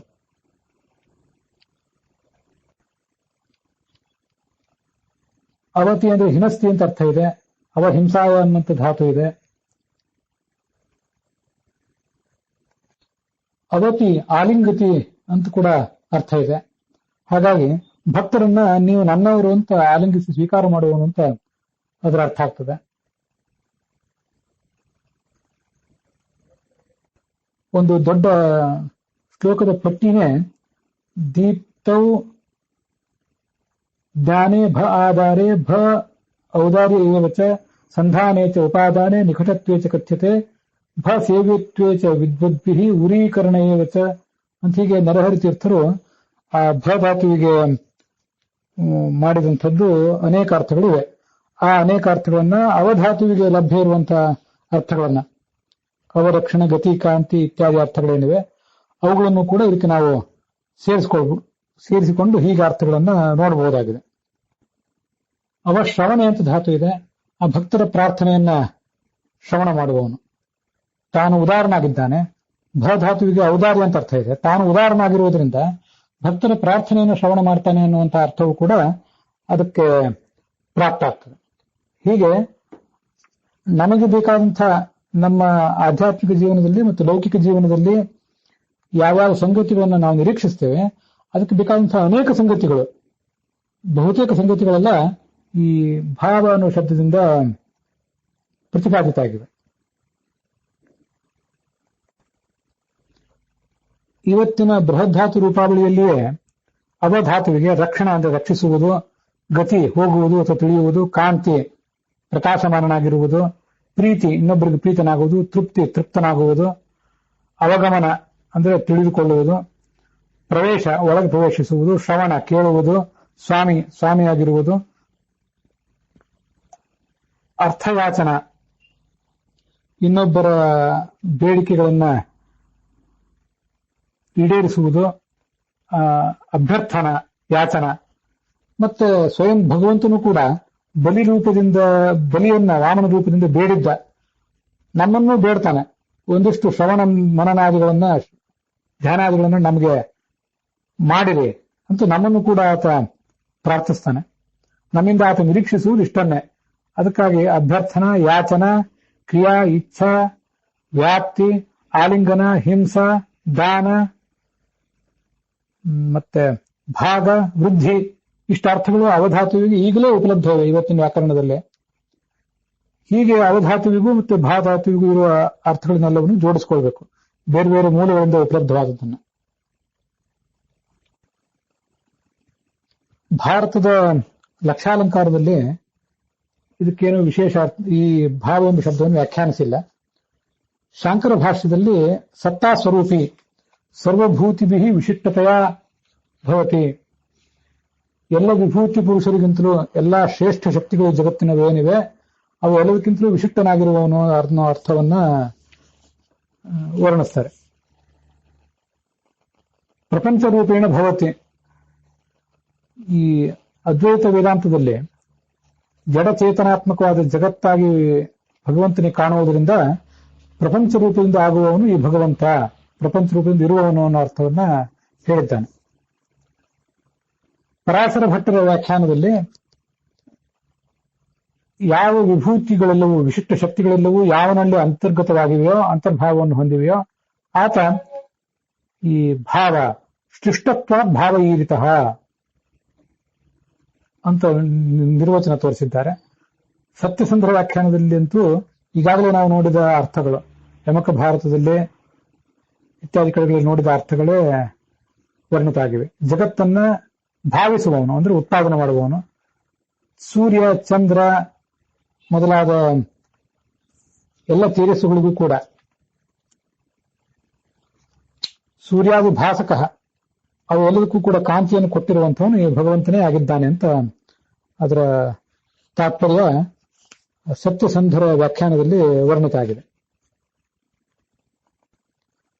ಹೀಗೆ ಈ ಮೂರನೇ ಬೃಹತಿ ಮಂತ್ರ ವಾವಧಾನ ಶವಸಾ ಭೂರ್ಯೋಜಾಹ ರೌಮೋ ಗೋದತೀನಾಂ ಶತ್ರುದಾಸಾಯ ಭೀಯಸಂ ದದಾತಿ ತಯ್ಯೋ ಯುವತೀನಾಂ ಅನ್ನುವ ಮೂರನೇ ಬೃಹತಿ ಮಂತ್ರ ಮತ್ತು ಅದರ ಎಲ್ಲ ಅರ್ಥಗಳನ್ನು ಒಳಗೊಂಡಂಥ ಭಾವ ಅನ್ನುವ ಶಬ್ದದ ಅರ್ಥವನ್ನು ಕೂಡ ನೋಡಿದ್ದೇವೆ. ಅನೇಕ ಕಡೆ ಲಕ್ಷ್ಮೀ ಪೂಜೆ ನಡೆಯುವಂಥ ದಿನ ಇದು. ಈ ಮಂತ್ರದಲ್ಲಿ ನಾವು ಯೋ ಯುವತೀನಾಂ ಓದತೀನಾಂ ಅಂತ ನೋಡಿದ್ವಲ್ಲ, ಆ ಎಲ್ಲ ಗೋದಗಳಿಗೆ ಅಭಿಮಾನಿಯಾದವಳು ಈ ಲಕ್ಷ್ಮೀದೇವಿಯೇ ಆಗಿದ್ದಾಳೆ. ಆದ್ರಿಂದ ಯುವತಿ ಅಂದ್ರು, ನಿತ್ಯ ಯುವತಿ ಅಂದ್ರು ಅವಳೇ. ಯುವತಿ ಅಂದ್ರೆ ಸಾಮಾನ್ಯ ಯುವತಿ, ಯುವತಿ ಅಂದ್ರೆ ವಿಶೇಷಣ ಯುವತಿ ಆದವಳು. ಅವಳನ್ನ ಚತುಷ್ಕಪರ್ಧ ಯುವತಿ ಸುಪೇಶಾಹ ಅಥವಾ ಚತುಷ್ಶಿಖಂಡ ಯುವತಿ ಸುಪೇಶಾಹ, ಇದು ಘರ್ಮ ಸೂಕ್ತದಲ್ಲಿ, ಘರ್ಮ ಸಮಂತ ತುಲುತಂ ವ್ಯಾಪತು ಅನ್ನುವ ಸೂಕ್ತದಲ್ಲಿ, ಋಗ್ವೇದದಲ್ಲಿ ಬರುವಂತ ಮಂತ್ರ. ಭಗವಂತನಿಗೆ ಪೂಜಾ ಕಾಲದಲ್ಲಿ ನಾವು ಅಭಿಷೇಕ ಮಾಡಲಿಕ್ಕೆ ಬಳಸಬೇಕಾದ ಮಂತ್ರ. ಅದರಲ್ಲಿ ಚತುಷ್ಕಪರ್ಧ ಯುವತಿ ಸುಪೇಶ ಘೃತ ಪ್ರತೀಕ ವೈನಾನಿ ವಸ್ತೆ ತಸ್ಯಾಂ ಸುಪರ್ಣ ವೃಷಣ ನಿಪೇತರು ಯತ್ರ ದೇವ ದಧಿರೆ ಭಾಗಧೇಯಂ ಅಂತ ಆ ಲಕ್ಷ್ಮೀದೇವಿ ಬಗ್ಗೆ ಚತುಷ್ಕಪರ್ಧ, 4 ಜಡೆಯುಳ್ಳವಳು ಅಂತ ವ್ಯಾಖ್ಯಾನ ಮಾಡಿದ್ದಾರೆ. ಅವಳು ಯುವತಿ. ಅಂಥದೇ ಒಂದು ಮಂತ್ರ. ಚತುಷ್ಕಪರ್ಧ ಅನ್ನೋದಷ್ಟೇ ವ್ಯತ್ಯಾಸ. ಚತುಷ್ಶಿಖಂಡ ಅಂತ ಮತ್ತೊಂದು ಗೀತಾ ಭಾಷ್ಯದಲ್ಲಿ ಆಚಾರ್ಯರಿಂದ ಉದ್ಧೃತ ಆಗಿದೆ, 12ನೇ ಅಧ್ಯಾಯದಲ್ಲಿ. ಚತುಷ್ಶಿಖಂಡ ಯುವತಿ ಸುಪೇಶ ಅಂತ ಅದೇ ಮಂತ್ರ. ಅಲ್ಲಿ ಕಪರ್ಧ ಅಥವಾ ಶಿಖಂಡ ಅಂದ್ರೆ 4 ಜಡೆಯುಳ್ಳವಳು ಅಂತ ಅರ್ಥ. ಯಾವ ಅವುಗಳಿಗೆ 4 ಜಡೆಗಳಿಂದ ಅಲಂಕೃತವಾದವಳು ಯಾರವಳು? ಅದು ಲಕ್ಷ್ಮೀದೇವಿ. 4 ವೇದಗಳೇ ಆಕೆಗೆ 4 ಜಡೆಗಳು ಅಂತ ನನ್ನದೊಂದು ಸಣ್ಣ ವ್ಯಾಖ್ಯಾನ. ಹೀಗೆ ಅವಳು ಚತುಷ್ಶಿಖಂಡ ಮತ್ತು ಚತುಷ್ಕಪರ್ಧ. ಯುವಾನೋ ಸತತಂ ಯುವಯೋರ್ನ ವಯೋಧಿಕ ಅಂತ ಶ್ರೀ ಗುಣದರ್ಪಣದಲ್ಲಿ ವಾದರಾಜ ಸ್ವಾಮಿಗಳು ಹೇಳಿದ್ದನ್ನು ನಾವು ಕೇಳ್ತೀವಿ. ನಿತ್ಯ ಯುವಕ ಮತ್ತು ಯುವತಿಯರು ನಾರಾಯಣ ಮತ್ತು ಲಕ್ಷ್ಮಿಯರು. ಆದ್ರಿಂದ ಅವಳೇ ಯುವತಿ, ನಿತ್ಯ ಯುವತಿ. ಮತ್ತೆ ನಮ್ಮ ಹೃದಯವನ್ನ ಜ್ಞಾನಭಕ್ತಿ ವೈರಾಗ್ಯಗಳನ್ನು ಕೊಟ್ಟು ಒದ್ದೆ ಮಾಡುವಂಥವಳು ವೇದಾಭಿಮಾನಿನಿ ಅವಳೇ ಆಗಿದ್ದಾಳೆ. ಅವಳ ನದಂ ಅತ್ಯಂತ ಸಣ್ಣವರಾದಂತಹ ಪಾಠಕರು ನಾವು, ಅತ್ಯಂತ ದೊಡ್ಡ ಪಾಠಕರು ಚತುರ್ಮುಖಾದಿಗಳು. ಅವರೆಲ್ಲರನ್ನೂ ಕೂಡ ಬಲ ತುಂಬುವವನು, ಅವರೆಲ್ಲರಲ್ಲೂ ಬಲ ತುಂಬುವವನು, ಅವರನ್ನು ಬೆಳೆಸುವವನು ಈ ಭಗವಂತ. ಅಂಥ ಓಜಸ್ವಿ ಅವನು. ಯಾರು ಆ ಭಗವಂತನ ಭಕ್ತರಾದ ದಾಸರಿದ್ದಾರೆ ಅವರಿಗೆ ಭಯ ಕೊಟ್ಟು ಸನ್ಮಾರ್ಗದಲ್ಲಿರಿಸ್ತಾನೆ. ಯಾರು ಆ ಭಗವಂತನ ಭಕ್ತರಲ್ಲದ ದಾಸರಿದ್ದಾರೆ, ಜ್ಞಾನ ಮಾರ್ಗವನ್ನ ಘಾಸಿ ಮಾಡುವವರು, ಕ್ಷೀಣವನ್ನಾಗಿ ಮಾಡುವವರು, ಅವರು ದಾಸರೇ, ಅವರಿಗೂ ಭಯವನ್ನು ಕೊಡ್ತಾನೆ ಅಂತ ಅವನ ಕುರಿತಾಗಿ ನೋಡಿದ್ದೇವೆ. ಇದು ಈ ದೀಪಾವಳಿ ಅಮಾವಾಸ್ಯೆ ದಿವಸ ನಾವು ಮಾಡಿದಂತಹ ಈ ಶ್ರವಣ. ಎಲ್ಲ ಆ ತತ್ವಾಭಿಮಾನಿ ದೇವತೆಗಳು ಮೊದಲಾದವರು, ಆ ದೇವತೆಗಳ ಅಂತರ್ಯಾಮಿ ಆದಂತಹ ಭಾರತೀಯ ಮುಖ್ಯ ಪ್ರಾಣಾಂತರ್ಗತನಾದಂತಹ ಲಕ್ಷ್ಮೀನಾರಾಯಣ, ಅವನ ಪೂಜೆಯನ್ನ ಈ ರೀತಿಯಾಗಿ ಅರ್ಚನಾ ಮತ್ತು ಪ್ರಾರ್ಥನಾ. ಅರ್ಚನಾ ಅಂದ್ರೆ ಹೂ, ತುಳಸಿ, ಅಲಂಕಾರ ಇತ್ಯಾದಿಗಳನ್ನು ಮಾಡುವುದು ಅರ್ಚನ. ಶ್ರವಣ ಮನನಾದಿಗಳನ್ನು ಮಾಡುವುದು ಪ್ರಾರ್ಥನಾ. ಅಂತಹ ಪ್ರಾರ್ಥನವನ್ನ ನಾವು ಮಾಡಿದ್ದೇವೆ ಅಂತ ಭಾವಿಸಿದ್ದೇವೆ. ಈ ಪ್ರಾರ್ಥನವನ್ನ ಆ ಲಕ್ಷ್ಮೀನಾರಾಯಣ ಸ್ವೀಕರಿಸಿ ಸಂತೃಪ್ತನಾಗಲಿ ಅಂತ ಪ್ರಾರ್ಥಿಸಿ ಈ ಭಾಗವನ್ನ ಇಲ್ಲಿಗೆ ಮುಕ್ತಾಯ ಮಾಡೋಣ.